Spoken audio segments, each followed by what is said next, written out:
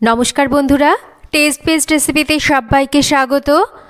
আজ নিয়ে এসেছি দারুণ সুস্বাদু আর স্বাস্থ্যকর একটা রেসিপি।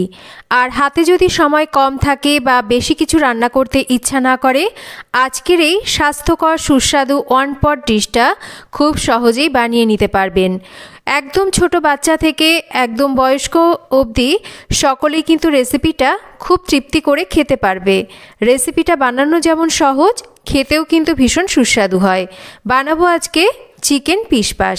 তার জন্য এখানে নিয়ে নিয়েছি 1 কাপ চাল। এখানে আমি আজকে গোবিন্দভোগ চাল দিয়ে চিকেন পিশপাশটা বানাচ্ছি।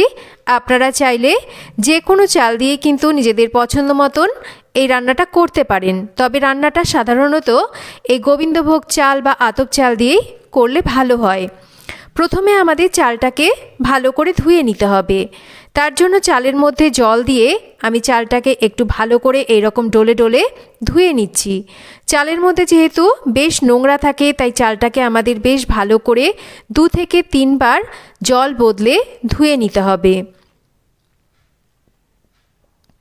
চালটাকে আমি ভালো করে ধুয়ে নিয়েছি। আর ধুয়ে নেওয়া চালটাকে আমি এইরকম একটা ছাঁকনির মধ্যে রেখে দিয়েছি। আপনারা চাইলে নিজেদের পছন্দ মতন বা সুবিধা মতন কিন্তু চালটাকে একটা থালার মধ্যে ছড়িয়েও রাখতে পারেন, মানে যাতে করে এই চালের থেকে পুরো জলটা সহজেই ঝরে যায়, চালের জলটা ঝরতে থাকুক। এখানে দেখুন নিয়ে নিয়েছি রান্নার জন্য চিকেন। আর আমি এখানে কিন্তু এই চিকেন পিশপাশটা বানানোর জন্য নর্মাল কারিকাটের চিকেনে নিয়েছি, মানে উইথ বোন চিকেনই কিন্তু ব্যবহার করেছি। আপনারা চাইলে সলিড চিকেন দিয়ে, মানে চিকেনের পিস দিয়েও রান্নাটা করতে পারেন। সবার প্রথমে আমরা চিকেনটাকে ম্যারিনেট করব। তার জন্য এই চিকেনের মধ্যে দিয়ে দিচ্ছি আমরা লেবুর রস। আপনাদের কাছে লেবু যদি না থাকে, সেক্ষেত্রে আপনারা কিন্তু এখানে ভিনিগারের ব্যবহারও করতে পারেন। তো লেবুর রসটাকে আমি এখানে দিয়ে দিয়েছি। এবার এর মধ্যে দিয়ে দিচ্ছি অল্প করে একটু লবণ, আর তার সাথে দিয়ে দেব গোলমরিচ গুঁড়ো। লবণ, গোলমরিচের গুঁড়ো আর লেবুর রস দিয়ে এবার আমরা ভালো করে চিকেনটাকে মেখে নেব। আর এই চিকেনটাকে ম্যারিনেট করে কম করে চিকেনটাকে 15 থেকে 20 মিনিট আমাদের রেখে দিতে হবে। তাতে করে চিকেনটা কিন্তু বেশ সফট হয়ে যাবে। তো চিকেনটাকে ভালো করে সমস্ত কিছু দিয়ে মেখে নিয়ে আমি 20 মিনিট রেখে দিচ্ছি। এখানে চিকেন পিশপাশ বানানোর জন্য আমি কিছু সবজি কেটে নিয়েছি। সবজির মধ্যে নিয়েছি গাজর, ঠিক এই রকম টুকরো করে কাটতে হবে। নিয়েছি বিনস, নিয়েছি আলু, আর তার সাথে নিয়েছি পেঁয়াজ। তবে পেঁয়াজগুলোকে কিন্তু মানে একটা পেঁয়াজকে 4 ভাগ করে কেটে নিয়েছি। ঠিক এই রকম বড় বড় টুকরো করে পেঁয়াজগুলোকে কাটতে হবে। নিয়েছি এখানে সামান্য করে একটু আদা, তার সাথে 7 থেকে 8 কোয়া রসুন আর 5 থেকে 6টা কাঁচা লঙ্কা। এই আদা, রসুন আর কাঁচা লঙ্কাটাকে আমি মিক্সিতে একবার জল ছাড়া ঘুরিয়ে বেটে নিয়েছি। ঠিক এই রকম আদা বাটা করতে হবে, মানে যেরকম আমরা থেতো করে নিই সেই রকম করে নিতে হবে। আপনারা চাইলে এটাকে কিন্তু থেতোও করে নিতে পারেন। আর এদিকে দেখুন জলটাও কিন্তু চাল থেকে খুব সুন্দরভাবে ঝরে গেছে। এবার আমরা রান্নাটা শুরু করব। তার জন্য কড়াইতে দিয়ে দিচ্ছি সামান্য করে সাদা তেল, আর তার সাথে দিচ্ছি বেশ খানিকটা বাটার। আপনারা চাইলে পুরো রান্নাটা কিন্তু বাটার দিয়েও করতে পারেন। এবার তেল আর বাটারটা ভালো করে মিশে গেলে, তবে বাটার কিন্তু খুব বেশি গরম করবেন না, তাহলে বাটারটা কিন্তু উড়ে যায়। তো মোটামুটি তেল আর বাটারটা গরম হলে গোটা গরম মশলা আর গোলমরিচ আমরা ফোড়নে দিয়েছি। ফোড়নটাকে হালকা করে একটু নাড়াচাড়া করে নিয়ে থেতো করে নেওয়া যে আদা, রসুন, কাঁচা লঙ্কাটা, সেটাকে দিয়ে আমরা একটু ভেজে নেব। এটাকে মোটামুটি ভেজে নেওয়ার পর এবার আমরা ম্যারিনেট করে নেওয়া চিকেনটাকে দিয়ে দেব। চিকেনটাকেও আমরা একটু ভালো করে এই রকম নাড়াচাড়া করে বেশ কিছুক্ষণ রান্না করব।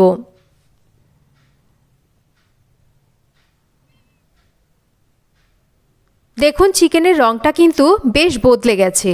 বেশ কিছুক্ষণ আমি এরকম নাড়াচাড়া করে চিকেনটাকে রান্না করে নিয়েছি।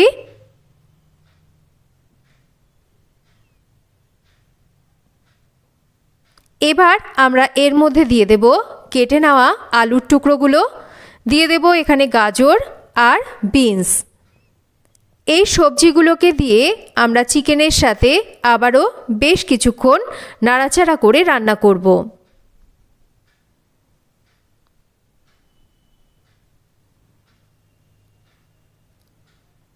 বেশ কিছুক্ষণ সবজি আর চিকেনকে এই রকম নাড়াচাড়া করে আমি রান্না করে নিয়েছি। এবার আমরা একটু গ্যাসের ফ্লেমটাকে কমিয়ে দেব আর ঢাকা দিয়ে সবজি আর চিকেনকে রান্না করব। 4-5 মিনিট রান্না করে নেওয়ার পর এবার ঢাকাটা সরিয়ে নিচ্ছি। সবজি আর চিকেন কিন্তু বেশ একটু নরম ভাব হয়ে গেছে, এর থেকে অল্প অল্প জল ছেড়েছে, কিন্তু আমি কিন্তু এখানে চিকেনে যেটুকু প্রথমে লবণ দিয়েছিলাম তাছাড়া কোনো রকম লবণ এখনও দিইনি। এবার এর মধ্যে কেটে নেওয়া পেঁয়াজের টুকরোগুলো দিতে হবে, আর পেঁয়াজের টুকরোগুলোকে দিয়েও কিন্তু আমাদের একটু নাড়াচাড়া করে রান্না করতে হবে। যেহেতু পেঁয়াজটা খুব তাড়াতাড়ি গলে যায় তাই পেঁয়াজটাকে কিন্তু আমাদের পরে দিতে হবে। এবার আমরা জল ঝরিয়ে নেওয়া যে চালটা সেই চালটাকে দিয়ে দেব। চালটাকে দিয়ে এবার আমাদের ভালো করে এই চিকেন আর সবজির সাথে চালটাকে ভেজে নিতে হবে। চালটাকে আমি একটু ভালো করে ভেজে নিচ্ছি, তাতে করে কিন্তু এই চিকেন পিসপাসটা বেশ ঝরঝরে হবে। তবে সাধারণত চিকেন পিসপাস কিন্তু একটু নরম হয়, তো যেহেতু আমাদের বাড়ির সবাই একটু ঝরঝরে খেতে পছন্দ করে তাই আমি চালটাকে কিন্তু একটু ভালো করে ভেজে নিয়েছি। এবার এর মধ্যে দিয়ে দিতে হবে আমাদের জল। আমি যে কাপ মেপে চাল নিয়েছি দেখুন দেখিয়ে দিচ্ছি, সেই কাপেরই 1.25 কাপ জল দিচ্ছি। পুরোপুরি কিন্তু 2 কাপ ভর্তি জল দিচ্ছি না। আমি আগেই বলেছি আমি একটু ঝরঝরে তৈরি করব, তার জন্য জলের পরিমাণটা একটু কম দিচ্ছি। আপনারা যদি একটু নরম খেতে পছন্দ করেন তবে পুরোপুরি 2 কাপ জলই কিন্তু এখানে দেবেন, মানে যেটুকু চাল নেবেন তার ডবল জল দেবেন।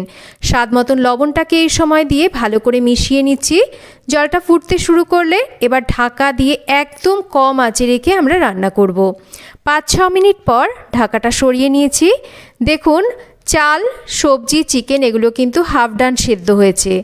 একটু নাড়াচাড়া করে আমরা এগুলোকে ওপর নিচ করে দিচ্ছি, মানে যাতে সমস্ত চাল, সবজি, চিকেন ভালো করে সেদ্ধ হয়, তাই খুব আলতো হাতে এগুলোকে একটু আমাদের নাড়াচাড়া করে মিশিয়ে নিতে হবে।